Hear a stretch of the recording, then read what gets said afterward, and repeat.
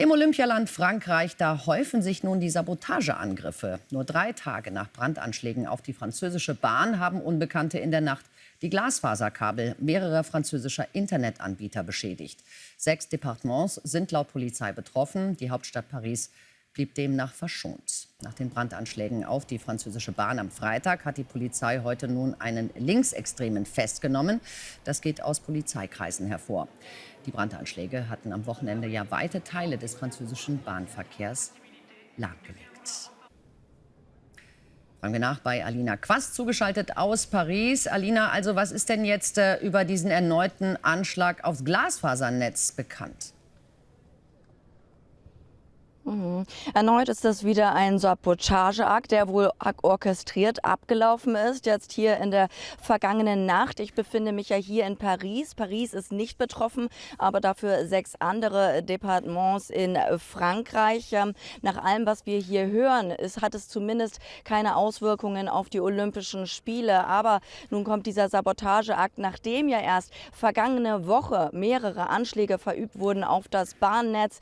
Das ist natürlich etwas, wo man hier dann doch auch besorgt ist in Frankreich, wo die Sicherheitsbehörden natürlich alarmiert sind und jetzt dabei sind, diese Anschläge aufzuklären und vor allem hier wieder alles zu reparieren, dass es für jeden hier wieder alles läuft. Alina, wir haben es gehört, die Regierung hat außerdem mitgeteilt, man habe einen Verdächtigen nach den Brandanschlägen auf das Bahnnetz festgenommen. Was kannst du uns dazu sagen? Gibt es schon Details? Ja, man hat einen Verdächtigen festgenommen und zwar gestern, also am Sonntag, auf einem Gelände der französischen Bahn. Dort wurde ein Mann aufgegriffen in seinem Auto und er hatte offenbar Zugangsschlüssel zu den technischen Räumlichkeiten der SNCF und dazu auch noch Schneidezangen, also wirklich auch Werkzeug dabei. Der Mann wurde dann aufgegriffen, in Polizeigewahrsam genommen und nun hatte sich heute der französische Innenminister gegenüber einem französischen Fernsehsender geäußert und sagte zumindest, dass diese Anschläge auch die Handschrift tragen von linksextremistischen Gruppierungen. Also es ist offenbar ein Linksextremist, der da festgenommen wurde. Es kursiert auch ein Bekennerschreiben. Das wurde französischen Medien zugespielt. Die genauen Inhalte, die sind da noch unklar. Das wird derzeit aufgeklärt.